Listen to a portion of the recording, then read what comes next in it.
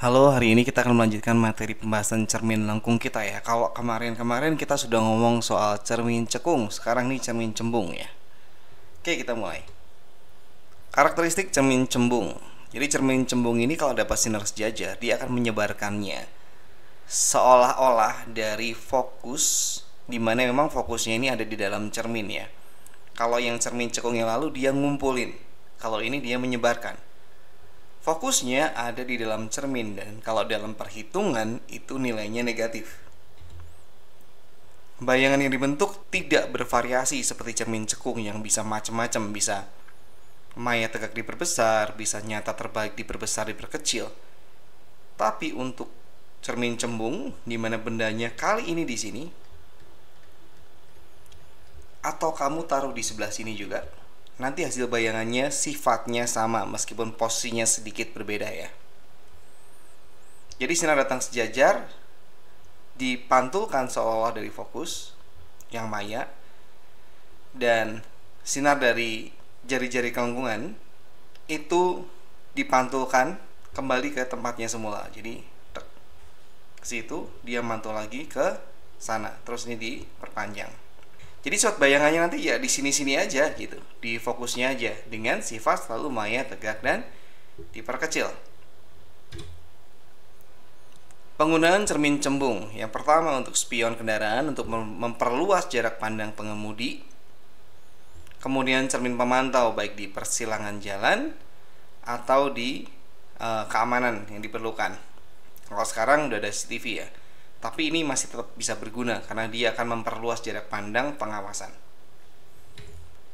Untuk rumus, ini mirip banget dengan cermin cekung. Jadi cermin cekung atau cermin cembung itu sama aja. Bedanya hanya di sini aja. Nilai fokusnya negatif untuk cermin cembung. Yang lainnya semuanya sama. Oke, langsung aja ke latihan soalnya. Salah satu ciri cermin cembung adalah menyebarkan sinar sejajar yang diterimanya. Langsung ini jawabannya ya. Kalau ini mengumpulkan sinar ke titik fokus nih, cekung.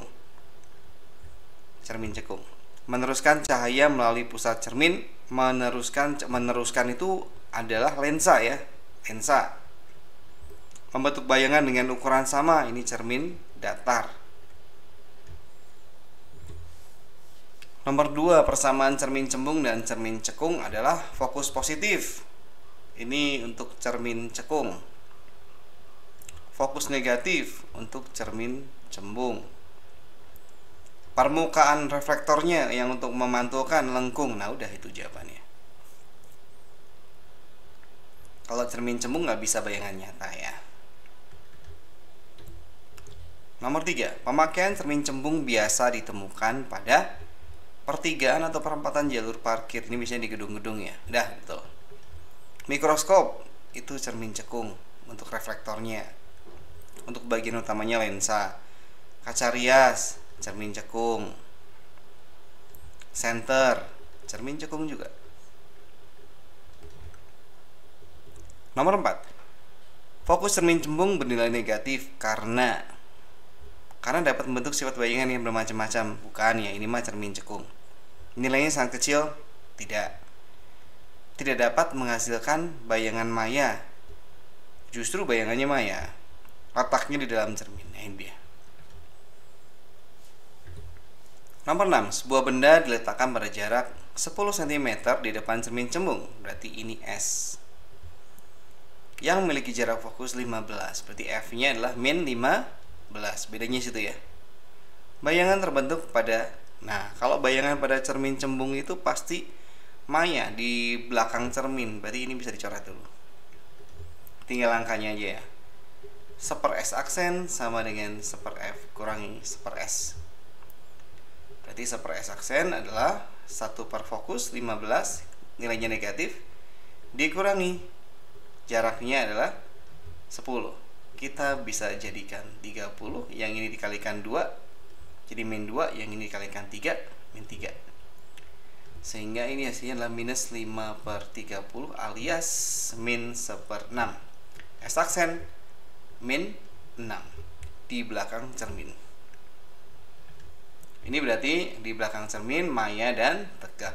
Nomor 7, sebuah bayangan tegak. Nah, ini hati-hati, bayangan tegak itu berarti maya dia. Berarti pada jarak 8 cm. Berarti ini S-nya, S aksen karena bayangan itu minus 8. Karena dia tegak. Di depan cermin cembung jarak fokusnya 12 cm, itu F-nya juga min 12. Maka letak benda S-nya 1/S, itu rumusnya juga hampir mirip ya. 1/F kurangi 1/S aksen. Berarti 1 per fokusnya 12 nilainya negatif dikurangi 1/S aksen, tapi nilainya juga negatif juga nih. 1/8. Berarti seperti ini ya. Min nanti jadinya plus ya. Kita jadiin 24. Di sini jadi min 2, di sini udah jadi plus ya. Plus 3. Berarti 1/24. S-nya adalah 24 cm. Positif ya. Nomor 8, bayangan maya. Nah, maya itu juga berarti S aksennya negatif lagi nih. Dari sebuah benda terbentuk pada jarak 8 cm, berarti itu S aksen sama dengan 8 cm. Di depan sebuah cermin cembung dengan jarak fokusnya 20.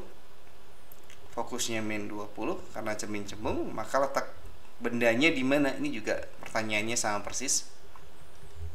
Caranya berarti ya kayak tadi, 1/F kurangi 1/S aksen. 1/S sama dengan min 1/20 kurangi min 1/8. 1/S aksen 1/S sama dengan ini jadiin 40 aja, ini tuh jadi plus ya. Min 2 plus 5. Berarti S-nya ini jadi 3/40, maka S-nya adalah 40/3. Soal nomor 9, sebuah benda pada jarak 12 cm, berarti ini S, di depan cermin cembung yang jarak fokusnya 6. Berarti ini F-nya min 6. Perbesarannya M-nya berapa? Oke. Kita cari dulu S aksen. 1/F dikurangi 1/S, berarti min 1/6 dikurangi 1/12. Jadikan 12. Ini kali 2, ini tetap. Sehingga 1/S aksen adalah min 3/12 alias min 1/4. S aksennya adalah 4 cm minus. Perbesaran adalah mutlak S aksen per S. Berarti mutlak dari min 4 per 12 cm. Karena di mutlak minnya hilang. 1/3. Soal terakhir di video kali ini, sebuah benda setinggi 14 cm, berarti ini H 14 cm diletakkan pada jarak 25 di depan cermin cembung, berarti ini S, yang memiliki jarak fokusnya sekian, 10 cm, berarti min 10 cm. Tinggi bayangan, berarti H aksennya berapa? Cari dulu S aksen dulu. 1/F dikurangi 1/S, 1/10 nilainya negatif, dikurangi 1/S, S-nya 25. Kita bisa jadikan 50. Di sini kalikan 5, di sini kalikan 2. Jadi min 7/50, sehingga S aksen adalah min 50/7. Biarkan seperti itu saja. M adalah mutlak S aksen bagi S, berarti 50/7 cm dibagi 25. Berarti ini adalah 50/7 kalikan 1/25. Kalau pecahan dibagi lagi kayak gini, jadi 2/7 ya. M-nya adalah 2/7 kali H aksen itu adalah M dikalikan H. 2/7 kalikan 14 cm. Berarti adalah 4 cm.